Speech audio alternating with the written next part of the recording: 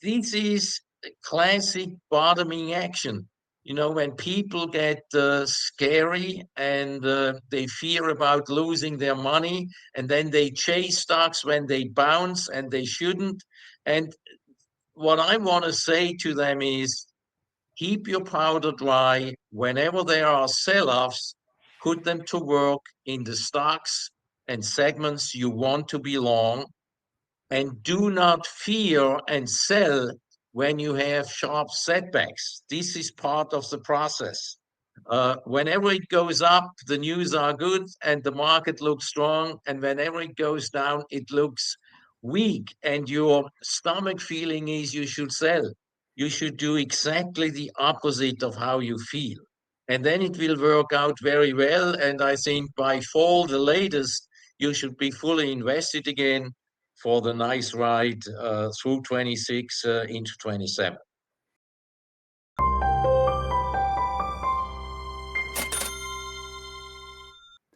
Welcome to Thoughtful Money. I'm its founder and your host, Adam Taggart.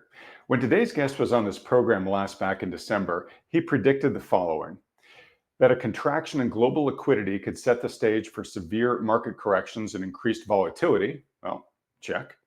That stocks would peak early in 2025 and then experience a 15 to 20% correction. Yeah, check. That new US trade tariffs could lead to retaliatory measures from trading partners, triggering a global trade war. Check, especially in regards to China. So far, he's 3 for 3. He also recommended that investors start 2025 defensively, reducing equity exposure, avoiding long duration bonds, and instead load up on T-bills and gold. Again, this was a winning combination. So who is this remarkably prescient forecaster? Well, none other than Felix Zulauf, founder and CEO of Zulauf Consulting.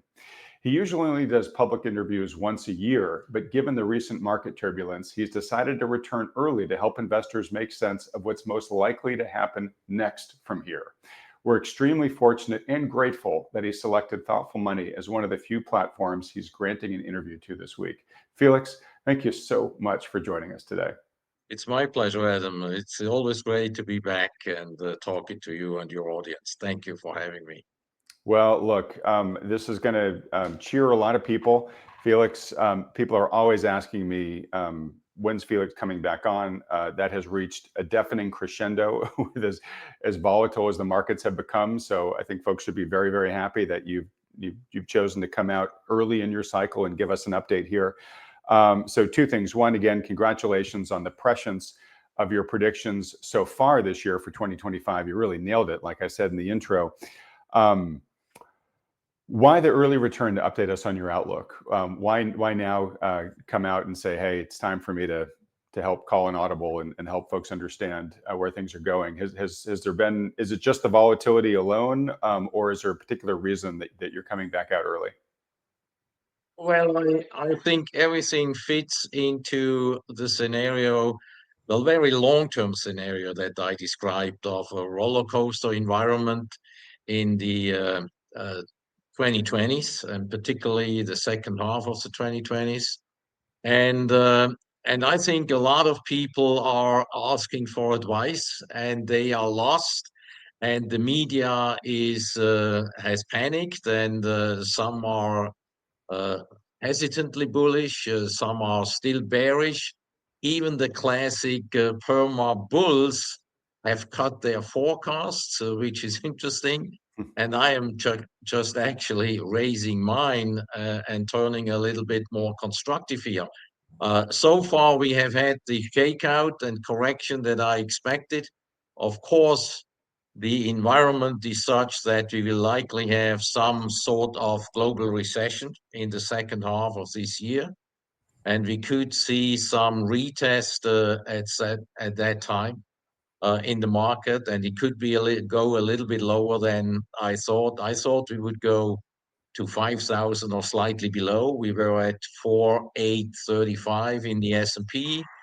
I thought we would go to Nasdaq 100 at 17,000, and we went slightly below that. So I think instead of panicking now, people should have a cool head and and look at what is best to do and how to play this environment. There is a lot going on, and the shakeout is part of a major rearrangement of geopolitics and economics and capital flows that is going on in the world and will take many years to play out.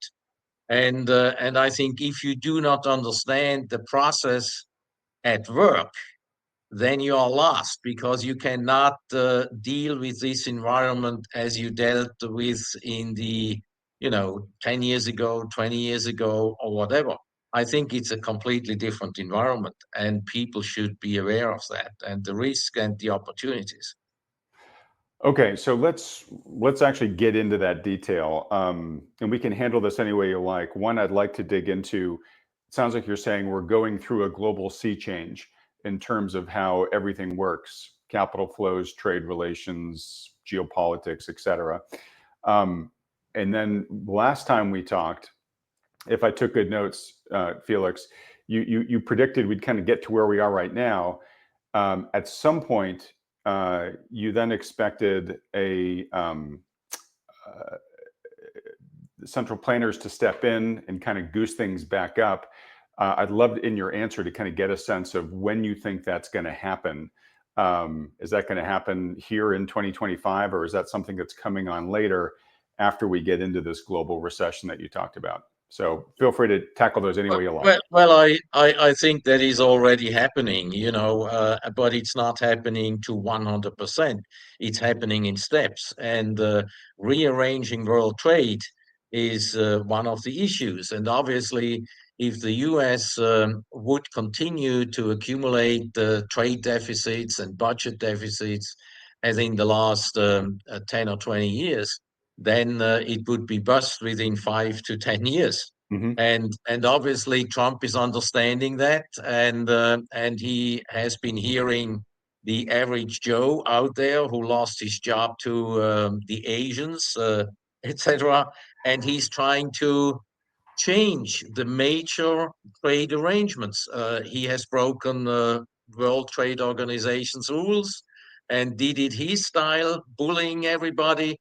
But his goal really is in first the Chinese, and second, in a milder form, the Europeans. And obviously, there is some unfair behavior by the Chinese. And I explained that, I think, in a previous video at some point, because the Chinese have the classic East Asian development model, which is focusing on full employment and market share and not so much on profitability of the corporate sector. And that model is not compatible with the Western corporate model. And that creates some frictions that we are now seeing.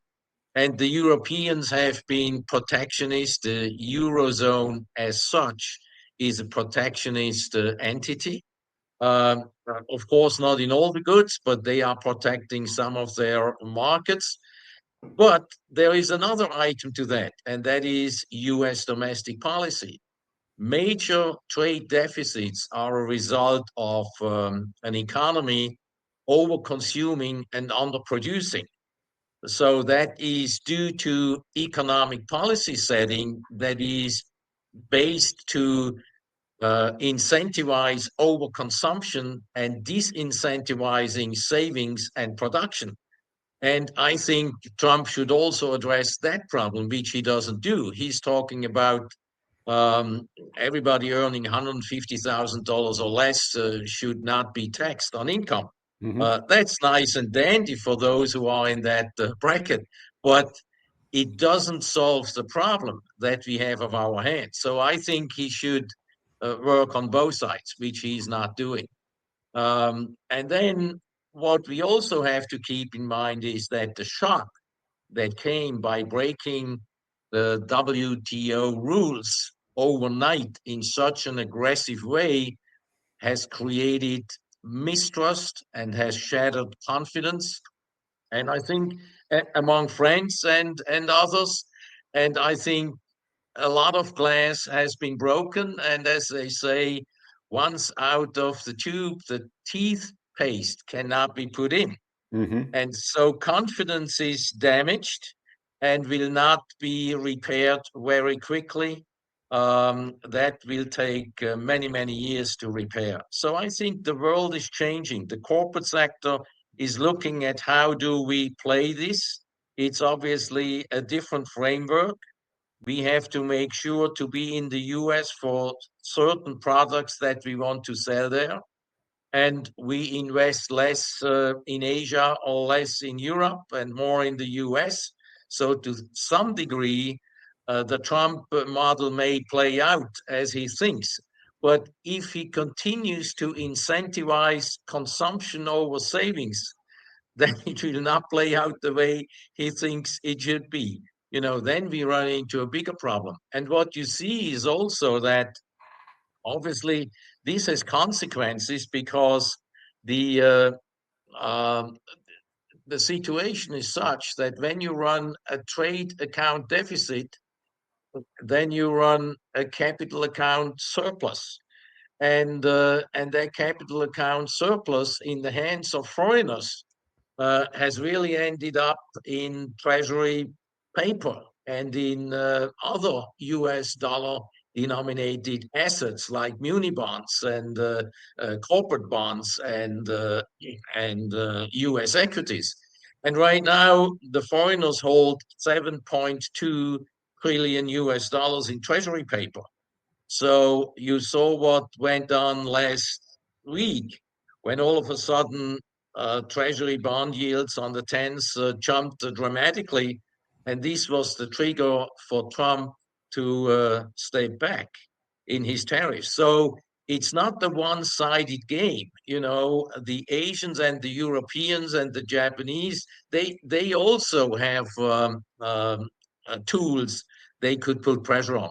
What it all does is, in a time of uncertainty, capital goes back home.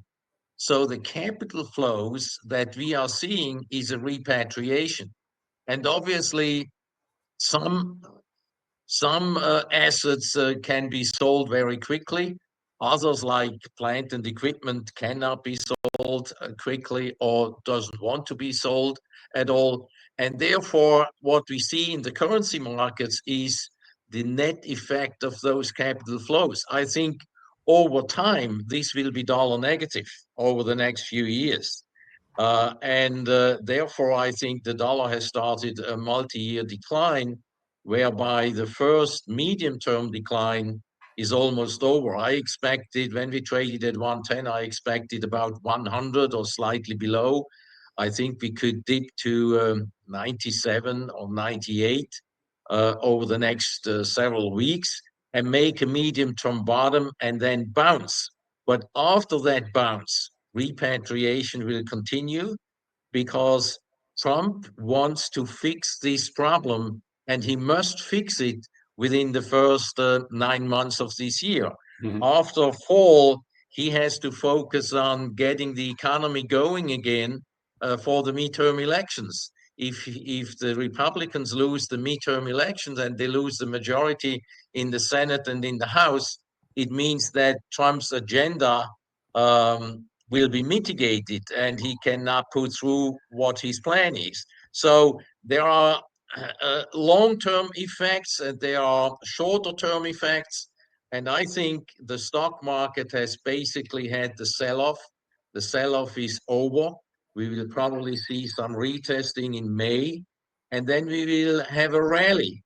And the rally, if the economy is not going into recession, the rally could then go on and probably peak sometimes in 27 or so. Uh, if we do have a recession, we will go down again and retest in the second half. But I do not believe that we will go a lot lower than we have where we have been. 4,500 is the low point in my view, and we were at 4,800 or so, and that's how I see it. So I said 25 is a transition year. You have to be careful. You have to have a lot of cash, and when the sell-off arrives, you can reinvest. And I think next year we are talking about 7,500 on the S&P 500. So I'm quite constructive for the next 24 months. The next 6 months will be volatile, up and down, sideways, not much headway, a rally here and a setback there. And this is the repair work that where the markets have to go through. But eventually you will see economic policy to change towards stimulation. Stimulation on the fiscal side, be it lower taxes in the US, Trump style, or be it government spending as we see coming in Europe. Germany is starting a major infrastructure and defense plan. So a lot of money will go into the economy. I think the Chinese have no other choice but to finally step up their stimulation from minor levels to major levels, sometimes this year. And then I think the market is ready to run for another 18 to 24 months to 7,500 or even slightly higher. So I'm in contrast to early this year when everybody was bullish and I was quite concerned. Everybody is very concerned here, and I'm sort of constructive, and I'm waiting for the moment to turn outright bullish for my subscribers. Wow. All right. I love talking with you, Felix, because you are so specific in your forecast, and you've been so accurate to date too. All right. So let me just recap the highlights that I took from here, and you tell me if I understood this correctly. Um, much of what made you nervous at the beginning of this year or end of last year has played out. So you said the stock sell-off is likely over. We've likely sort of seen the lows. Now, what's interesting, if I heard you correctly, is long term, next 18 to 24 months, you're getting pretty optimistic. You could see the S&P rising to 7,500, but there's kind of a fork in the road in the near term, meaning we could go into a recession or we could avoid a recession. If we avoid a recession, presumably you think stocks will kind of chop away and then find their footing early next year, and then again rise to maybe 7,500 by the end of 2026. But if there is a recession, you could see the stock market kind of rolling over again, getting down to about 4,500 on the S&P by the end of this year. So I guess my question is what will you be looking at to feel confident enough of when to put capital at risk? Are you already starting putting capital at risk because you think there's potential that we might not have a recession, or are you going to wait until you see some indicators that make you think, okay, we're not going into recession, I'm now going to put more chips on the table? What we see is extreme pessimism. Bank of America just came out with their global fund manager survey. It's the most bearish survey in 25 years. Wow. And it's, I've seen all the bearishness, I've seen the put call ratios going on. Everything I see is blinking bottom, medium term bottom. So we had the low at 48.35. We are bouncing off that low. Usually you bounce off a selling climax low that had extreme high numbers of new lows, and they went through the roof. All of what I see technically in the market is being a washout. And usually when you have that, you bounce and then you fall back and retest. In the retest, you could go to slightly above the lows or to the lows or slightly below the lows. I cannot forecast that. So I think in May or so, we should see some retest. If we do not see the retest and the market goes higher relentlessly into early summer, we will then have a bigger decline from a higher level and go back to the upper 4,000 or mid 4,000, 4,500 level or so in the fall area. Usually the seasonality is that you have a low in October or November, and from then on, the latest, I would be extremely bullish and call for a major rally for the next 24 months or so, a mini bull cycle, so to speak. So this year is a transition year, and people should not spend all their ammunition, because it will be there will be lots of whipsaws, and the news on the tape are extreme. They change from time to time depending on how big money too in the White House feels, and this is classic bottoming action. When people get scary and they fear about losing their money, and then they chase stocks when they bounce and they shouldn't. And what I want to say to them is, keep your powder dry. Whenever there are sell-offs, put them to work in the stocks and segments you want to be long, and do not fear and sell when you have sharp setbacks. This is part of the process. Whenever it goes up, the news are good and the market looks strong. And whenever it goes down, it looks weak. And your stomach feeling is you should sell. You should do exactly the opposite of how you feel. And then it will work out very well. And I think by fall, the latest, you should be fully invested again for the nice ride through 26 into 27. All right. So basically, be opportunistic on dips between now and the fall. Once the fall arrives, especially if we're down near the 4,500 level, you think we could get back and retest. That's kind of the moment to take a lot of that dry powder, start putting it to work at attractive valuations. So Felix, you said you want to have that dry capital to be able to put it into these stocks and segments or sectors that you want to be long in.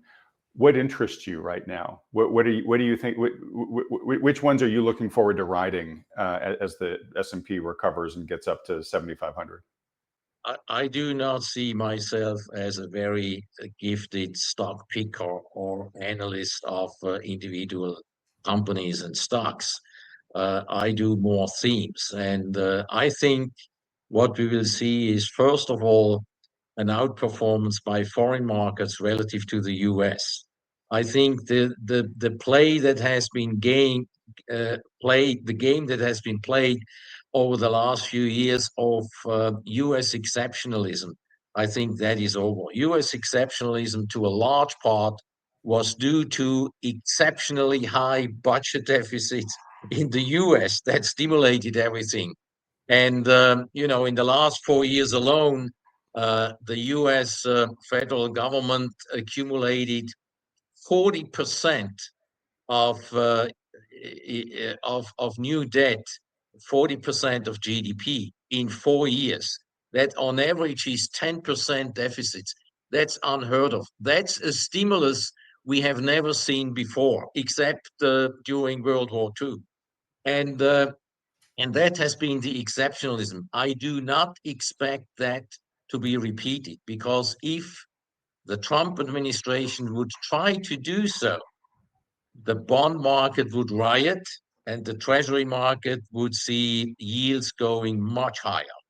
And then if that was the case, the stock market would probably not fly, and more likely than not, Trump would probably try to replace the Fed chairman, so that he buys all the paper that comes to the market, or at least puts in a very steep yield curve that the banks buy it and could make a lot of money. So I think the US exceptionalism thing is sort of over.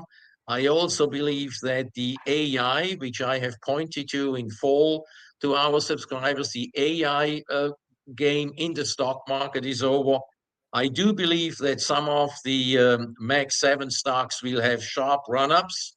They are high beta stocks, but I do not believe that they will outperform in the next run into 27 as they did in the last few years. So I'm looking much more to companies on the industrial side that have a sort of a protected position in the U.S. market and could benefit from the changes that are going on in the in the trade situation initiated by Trump. So I would look much more for international companies. I would also shy away from the classic platform companies. You know, you have companies like Apple is an example. They produce their cell phone at maybe $100 in Asia. Then they spend maybe another $50 on services and lawyers, etc. And then they sell it to uh, the the Irish subsidiary, and the Irish subsidiary makes a huge profit by selling it to the US, and it's taxed only at 4%. Because there is a tax accord between Ireland and the US. And then all the big profit goes virtually tax free or taxed at 4% to the US shareholder. I think games like that are a thing of the past. I think it's over. And you have to look at companies if they have too low a tax rate. I would stay away from the stock because that is not sustainable. That will change, and I think you have to do more individual research on individual stocks. And I think companies that operate more inside the U.S. than internationally have much less of such tax gimmicks going on, and therefore are probably the preferred assets to own. And in foreign markets, of course, I think the Europeans will go into a major fiscal spending wave led by Germany, and that has positive influences on the other economies that are subcontractors in a way to the German economy, and that has positive influence on European stocks in general. Um, you know, I'm not very bullish on the European economy long term, but because I think they are not doing the right things. And this going deep into debt to stimulate the economy is something for the short term. It's not sustainable, but it can last a few years. It will eventually create more inflation, more debt, and more problems down the road. That has been the way the Americans have operated, and the Europeans are now going the US way in a way, whereas the Biden administration went the European way in a way, Mhm. more socialism and more debt, etc. So I think European stocks will outperform the US because there is a dichotomy between the US GDP relative to the world GDP has gone down over the last 10 years, whereas the US stock market and its valuation relative to the world has gone up over the same period. That is a strange development. And I think we are at the point where these things are going to be rebalanced for the next 2, 3 years or so. I also think that Asian stocks could do very well. uh, I don't know how one feels about China politically. There could be political problems because the confrontation between the US and China, I see becoming bigger, more intense, and therefore one would be shy as a Westerner to invest in China. But I think eventually the Chinese stock market and Hong Kong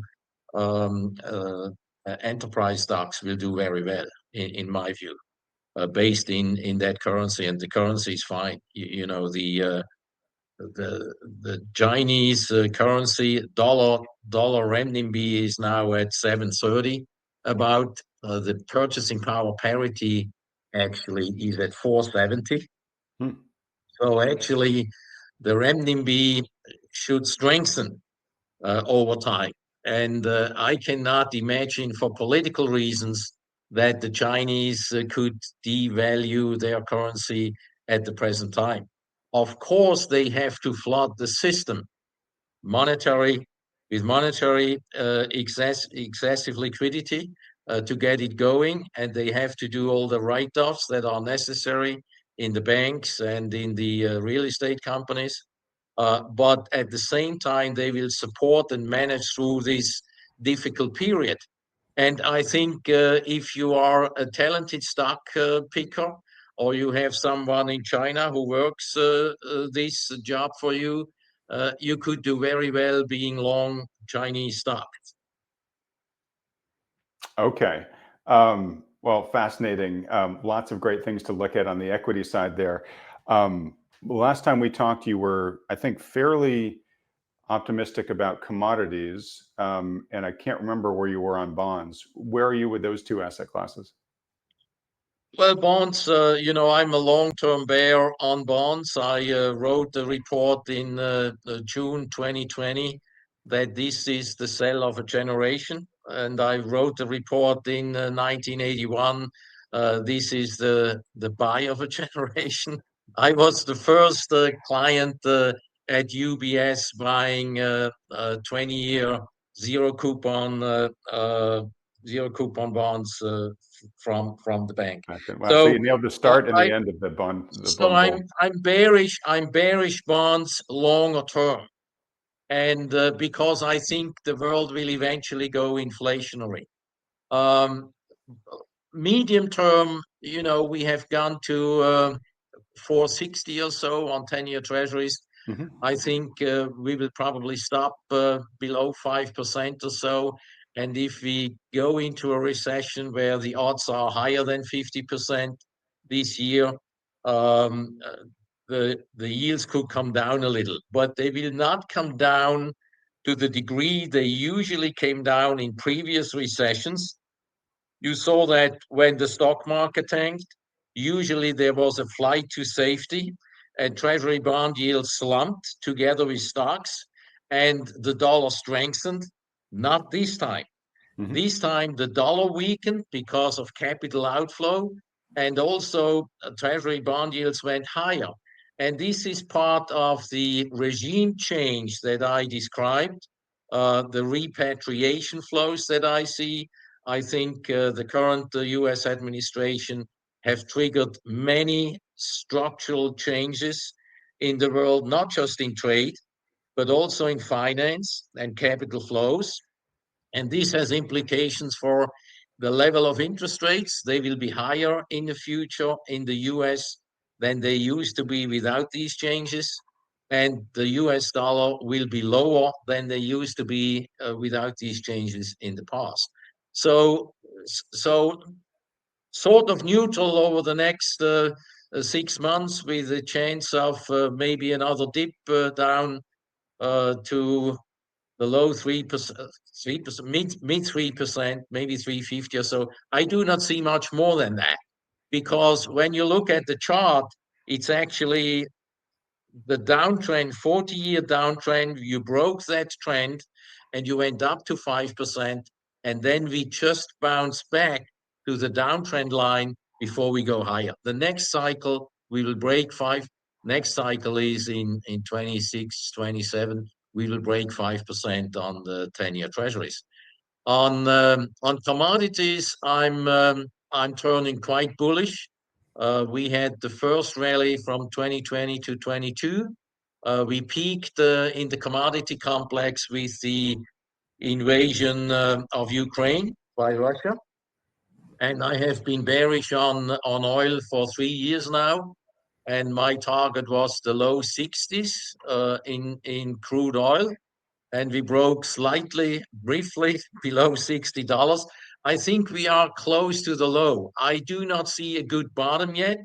It may take some time, but the level is good. I think that oil is approaching a major bottom, and I expect oil 2 years down the road, in let's say in 27, I expect oil at 150 or $200. So that could be a very interesting play. Gold has been my long-term favorite. I'm a holder of gold positions for a long time, and gold has performed extremely well, and the Westerners have not been in it early on because they had the wrong formula. They thought gold would go up when inflation goes up and when the dollar goes down. And the dollar went up and inflation went down and gold went up, just the opposite of the theories.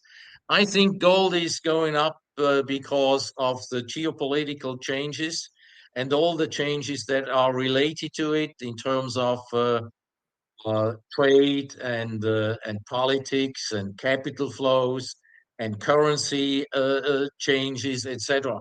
And I think we are getting overheated here. We are probably in the later stage of a medium-term rally, and my hunch is that we will peak soon in the 3,300 to 3,400 area. Um, the Bank of America's Global Fund Manager survey showed that the most bullish trade is now gold. Before it was Max 7, and it's now gold. And I do not have a sell signal yet, but I think we are getting very extended. And then I think we correct for several months, maybe down to 2,600 or something like that. I do not know exactly. But then we have to buy it again because the problems that we are dealing with in trade, in geopolitics, with wars, with political changes that are going on, they are not going away. They will intensify. And as they intensify, more central banks will buy gold, more institutions will buy gold. And, the most important thing that people do not understand is that the US dollar's role as reserve currency has been damaged badly. First by the Biden administration to misuse the dollar as a weapon, as a political weapon.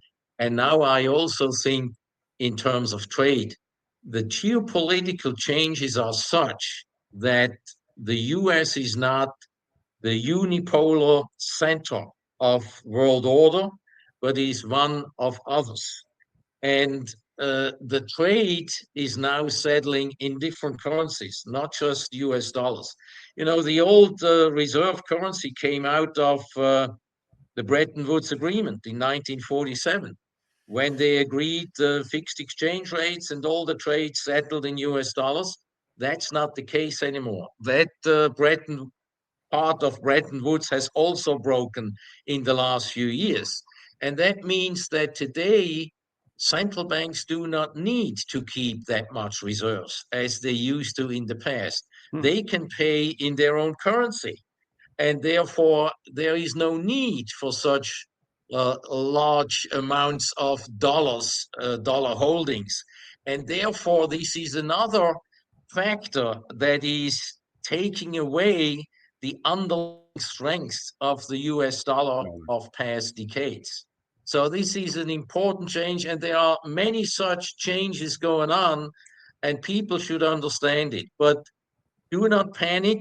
25 is a transition year. Every sell-off is a buy because 26 and 27 will be very rewarding. All right. Well, very well said. And you'll be injecting some optimism into some folks who are feeling kind of bruised and battered by the markets over the past month and a half. So thanks so much for coming in and sharing an inspiring story here. I did promise your folks that we would not go too long in this interview. So my last question here for you, Felix, is there anything else about what's going on that I have not thought to ask you about yet that you think is worth letting folks know about? No, I think we have touched the major issues: equities, bonds, gold, crude oil, the US dollar, and there is not much more to add.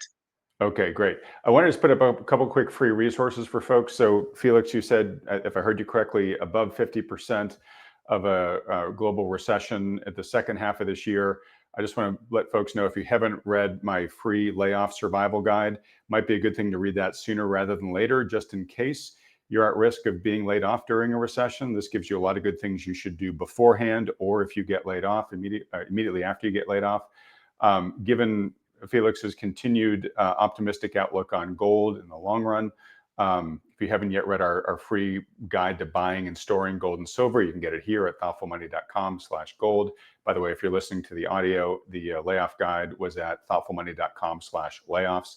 All right, and then last, Felix, for folks that have just loved the fact that you came on again today, gave us an update with so much specificity. Is there anywhere they can go to sort of follow you and your work in between your rare appearances in the public media? The easiest way is to go to the website.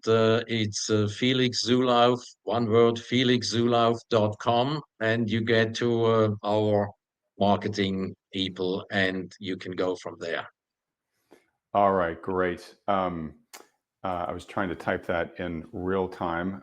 Let's see here. Did I spell it right here, Felix? That's correct. Absolutely. All right. Great job. How's that for on the fly? All right. Thank you so much. Folks, if you've enjoyed having Felix on here, which I'm sure you have, please thank him by hitting the like button and then clicking on the subscribe button below, as well as that little bell icon right next to it. Felix, if I heard you correctly, active investing is going to be important here to really try to pick out the winners that are going to benefit from this tailwind that you think is going to be coming in the market. So folks, if you want some help with that, just go to thoughtfulmoney.com, fill out the short form there, and you can have a free consultation with one of the financial advisors that Thoughtful Money endorses. They can help you basically come up with a plan. It's totally free. There's no commitment to work with these guys, just a free public service they offer. Felix, I cannot thank you enough. So appreciative of you coming on and sharing everything with us. Love the fact that it actually is a fairly optimistic outlook here. And so maybe after we survive the twists and turns, the volatility of this year, maybe have to claw ourselves out of a bit of a recession. Looks like you think the sun is going to be shining for the following 2 years, 2026 and 2027. And I'm very much looking forward, if that's the case, to really talking about, really bullish things rather than the concerns that we've had leading up to now. So thank you so much. Bull markets are more fun than bear markets. That is for sure. Thank you. Thank you, Adam. It's been a pleasure to be on. Thank you very much. Thank you so much, Felix, and everybody else. Thanks so much for watching.